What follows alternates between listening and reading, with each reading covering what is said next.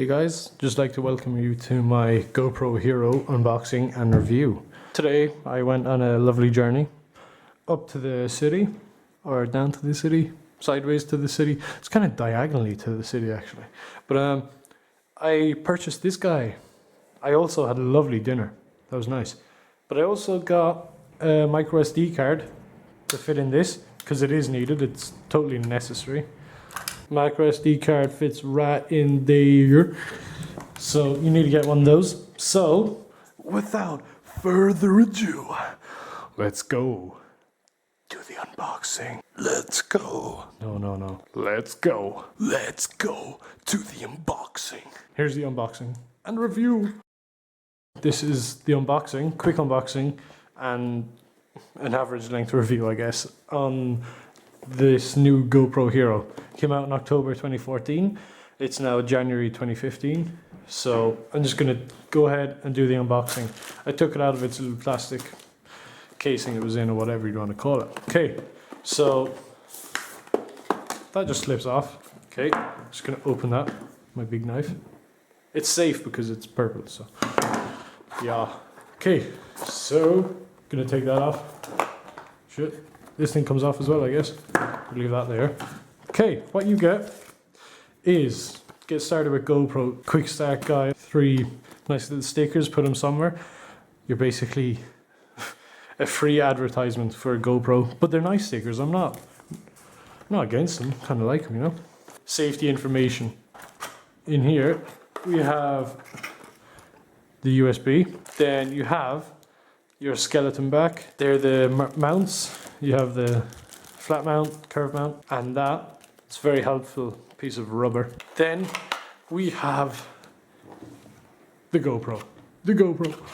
I guess it is time for the review. Now, let's get into the review. I've got some sample footage from today that I took. I cycled down to the beach and tested it underwater and stuff.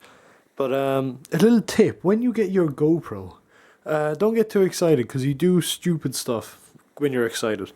Like, I took this the whole way down to the beach on a horrible day like today, and I could have just threw it in the sink or the bath, okay? So just be careful when you get your GoPro. Don't get too excited. The latch mightn't be on properly and you put it on the water and you ruin your whole camera. So just, when you get it, kind of take your time, get used to it and stuff, and you'll be fine. It's an amazing camera, so I'm going to get right to it.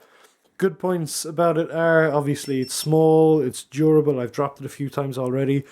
No marks at all on it, so that's good. The screen is not backlit, okay, so remember that. So nighttime, you won't be able to see the screen, so you're going to need your phone light or something else, but that's fine, okay? I'm going to show you some footage later, as I said. How you turn it on is you hold down this button. Mine's already on, so it's going to turn off. It beeps, flashes, brilliant. You know when it's turned off. And then I'm going to turn it back on. Hold it down, perfect. The menu is fine. You have photo, you have video, no SD card, time lapse, settings. It shoots 1080 30p. It shoots 720 60p and 720 60p super view, or whatever they like to call it. Okay. Totally waterproof when you have this back on it, but you can change it out to this skeleton back. That's what they call it. It's got 2 little cutouts here for more sound to get through. So if you want to try and record audio with this, but audio quality isn't great. It's never going to be great with a little camera like this, okay? Because you're using it for adventure sports or using it for underwater. So there's going to be either a lot of wind noise or underwater no noise at all, basically. You have mounts, okay? You get 2 mounts. You get a curve mount, this is the curve mount, and you get a flat mount. So they recommend, obviously, not putting a flat mount on something curved. But as you can see here, I put a flat mount on a helmet, and it's fine. And I'm going to show you some footage of that as well during the video. So basically, if you don't know, the difference between 30 frames and 60 frames is, it takes, how a camera works is taking loads of pictures per second. So it's 30 frames per second or 60 frames per second. So 60 pictures per second, etc. So that's really handy if you want slow motion shots. Now what you're looking at is the GoPro and my normal camera. and the GoPro's on 720 by 60 in the super view, so it's quite good. And you can see the other camera isn't as smooth, it's a little choppy because that's only 30 frames per second. And you can see it's wide angle view. And here's a photo now of the difference between my camera taking a photo and the GoPro taking a photo. There's a huge view on the GoPro, but the field of view is just so small on the camera, which it just makes the GoPro amazing. It's brilliant. The back comes off easy, but it's kind of a struggle because it's waterproof. It needs to be tight, so every time you feel like you're gonna break this little bit here. So I don't know. Every time you take the back off to get the micro SD out, it's just a bit. You'd be a bit scared, but you got to remember it's GoPro and it's built to last, so that's fine. The thing with this SD slot is the micro SD card. It's obviously extremely small, so when you're trying to put that in and you've got big hands, you feel too rough for it, and it just does not feel built for you. Now, a little trick I thought, well, not that I thought, but a little trick I use is called PFR, right? So that means pins facing right. So when I want to put in the micro SD, it's so small that you just kind of, if you put it in wrong, you feel like you might break it and you feel a bit scared.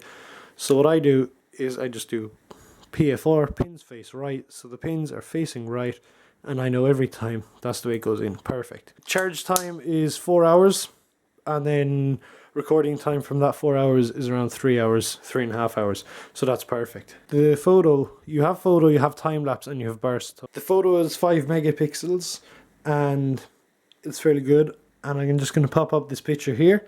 This is the picture again between the camera and the GoPro, and as you can see, the camera and the GoPro, they're basically the same quality. The quality would be okay for maybe Facebook or YouTube. It won't be okay if you're expanding the picture out to maybe a canvas or something like that, because it'll become very blurry. That's the whole point of megapixels.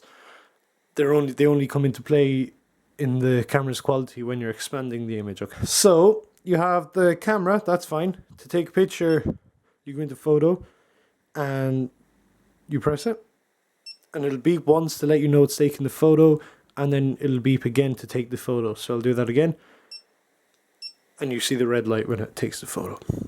Okay, you have burst. Burst takes 10 pictures in 2 seconds. So I'm going to just give you an example of this. Yep, you can see that working. That's perfect. Flashes and beeps. Lovely.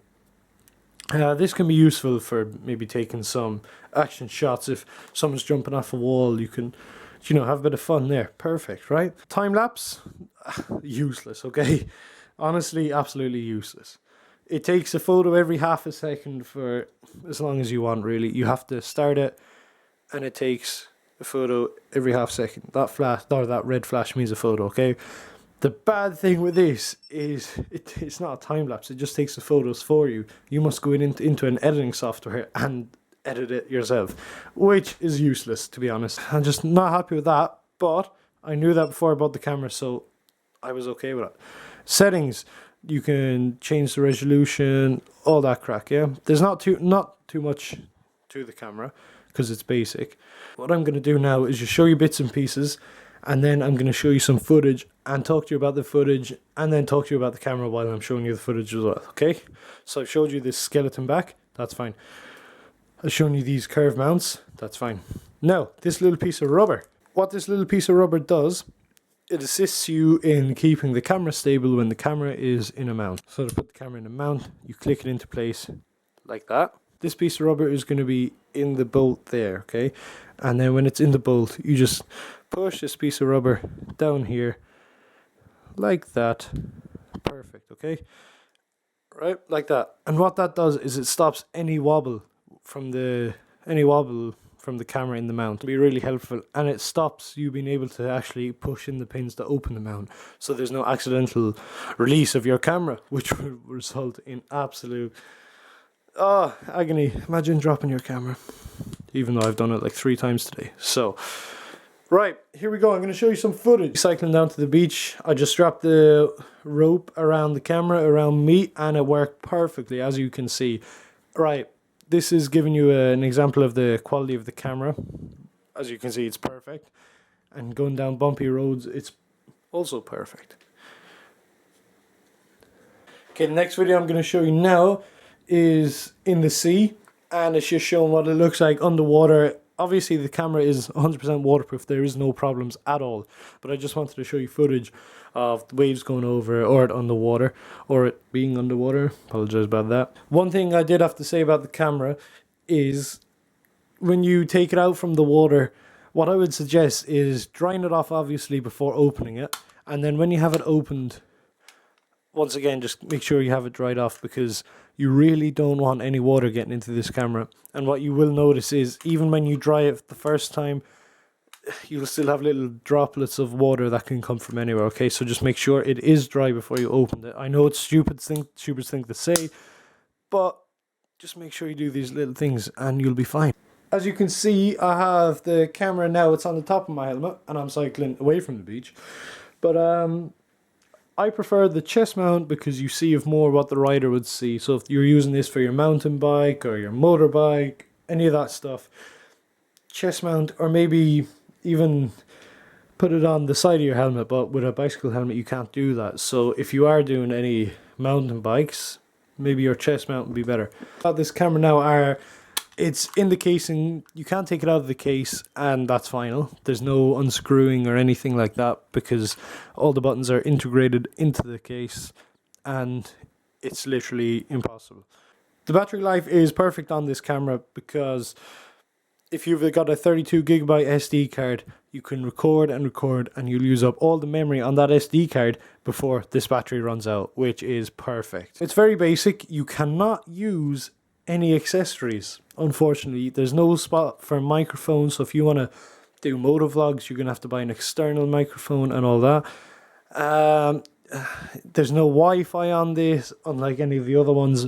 But if you're watching this review, you're obviously interested in a cheap camera, and with that cheap camera comes very little with it. There's no additions onto it. This is for two reasons. They say it's to keep their costs down, but it is just to make you go, oh god, imagine if I had one with Wi-Fi, or imagine if I had one with a LCD touchscreen screen that I could see what I'm recording. That would be so cool. And then you go, oh look, it's Christmas coming up now, why don't I just spend an extra couple of $100? And that's how they get you to buy another one. It's not because, like, to add a microphone onto this, or to just keep it out of its case, like, it's not affecting production costs at all. You can get mounts for the camera, so the camera mounts into any other GoPro mount. It's just any additional features like microphones or LED screens, Wi-Fi, there's none of that with this camera. Okay guys, that's about all I can think of on the spot. And after using the camera, and after seeing the footage, and after editing the footage, it all seems pretty good. I'm happy with the camera, I'm happy with spending the money I spent, and I don't see anything wrong with it. So it's perfect. For what it is, it's absolutely perfect. Thank you guys for watching. I'm going to have a review of audio recording devices next week, next Sunday. So happy Sunday. Hope you're ready for the week ahead. If you're not, show what harm. Life's a bitch and then you die, yeah? Okay, thank you for watching.